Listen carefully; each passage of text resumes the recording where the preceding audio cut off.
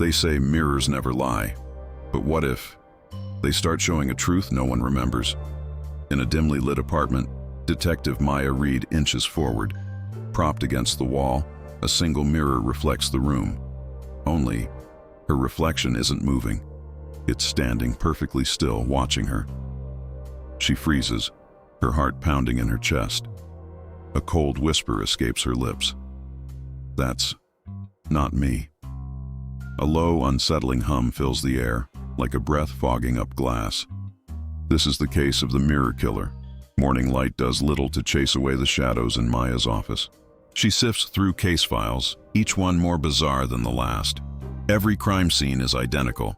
A silent, empty room, no signs of a struggle, no forced entry. Just one object left behind, a mirror. Her partner, Officer Bennett, leans over her shoulder, pointing at a photo. "Every scene's the same," he says, his voice strained. "Just their reflection, frozen wrong." Maya's eyes scan the photos. He's right.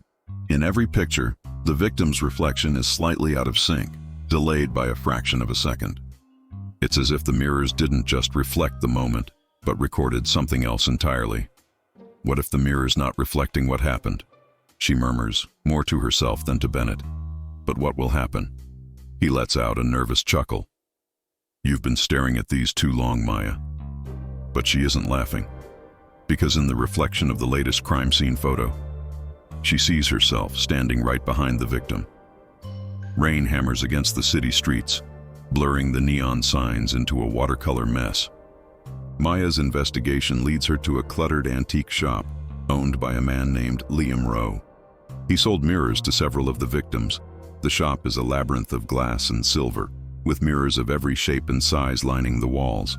Some are cracked and ancient, others polished to a perfect shine, but all of them share a strange, humming stillness.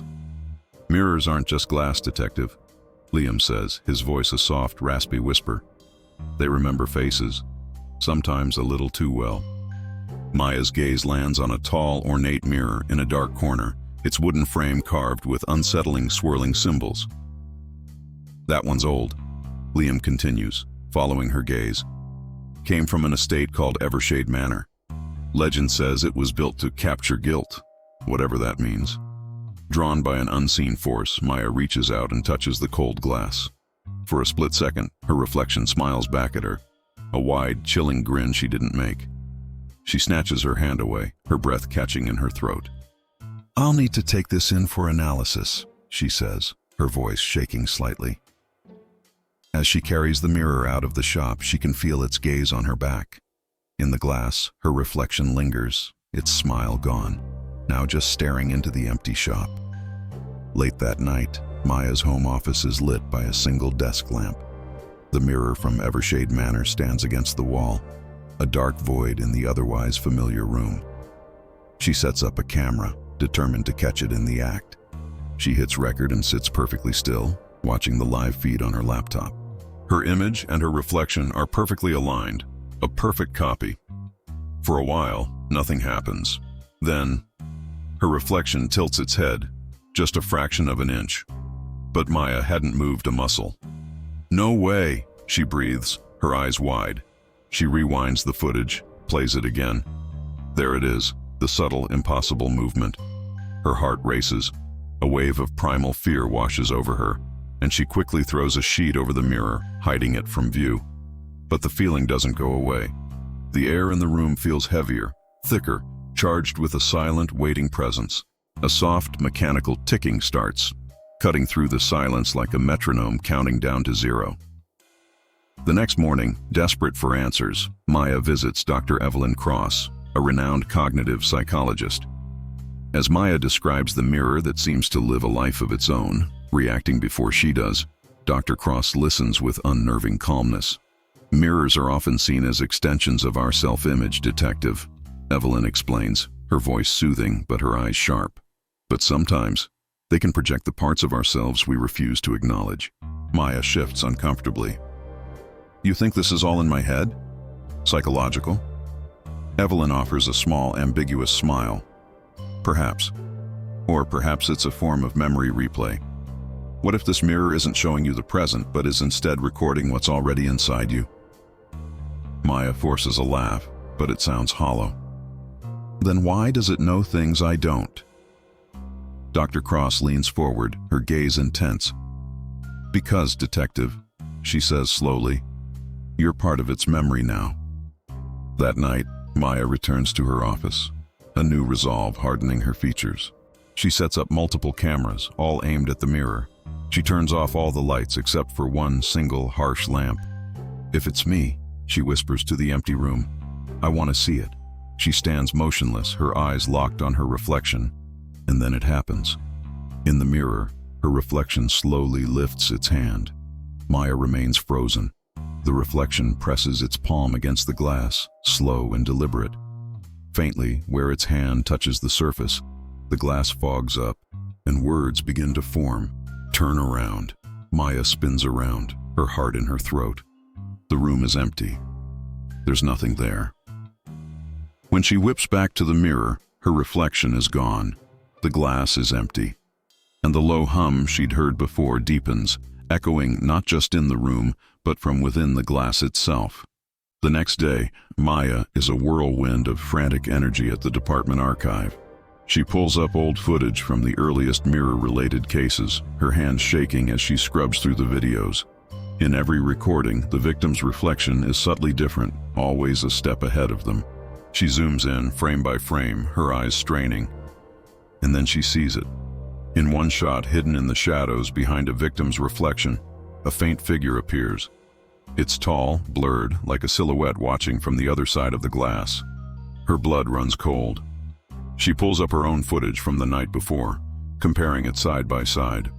The same figure is there, lurking behind her own reflection. A choked gasp escapes her. It's been there the whole time. The rain returns that night, lashing against her apartment windows. Maya sits before the mirror again, the sheet now gone. Her reflection stares back, looking tired but also calm, resigned, knowing. What do you want from me? She whispers, her voice barely audible. Her reflection mouths the exact same words, perfectly in sync. But just as she finishes speaking, its lips move again, forming one final silent message. Maya grabs her laptop, playing the footage back in slow motion. She zooms in, her eyes tracing the movement of her reflection's lips. It's a simple phrase, but it chills her to the bone. You're the last one. She looks up from the screen, and her reflection is smiling faintly. Then, one by one, every mirror in the room begins to flicker. In each, a different version of her appears. Some are younger, some older, all of them staring back at her with the same empty eyes. The next morning, police break down the door to Maya's apartment. She missed work, and no one could reach her. The room is spotless, eerily clean. The cameras are still recording, but the apartment is empty. Officer Bennett steps forward, his brow furrowed in confusion, and looks into the mirror from Evershade Manor. In the reflection, he sees himself. And standing calmly behind him, expressionless, is Detective Maya Reed. Bennett spins around. The room is empty. A faint, familiar hum echoes for a moment, and then silence. Weeks later, the antique mirror hangs in a pristine museum exhibit, its dark history hidden behind a plaque that reads, Reflections of the Past. Visitors stroll by, admiring its craftsmanship, oblivious to the secrets held within its glass. A young girl lingers, her face pressed close. She notices something strange. In the reflection, a woman in a trench coat walks just behind her, a notebook in her hand. It's Detective Maya Reed, but in the real world, in the quiet museum gallery, no one is there. Mirrors don't show you what's real. They show you what remembers you. Thank you so much for watching. If this story gave you chills, don't forget to hit that like button and subscribe for more mysteries that will keep you up at night. Stay curious, and we'll see you in the next video.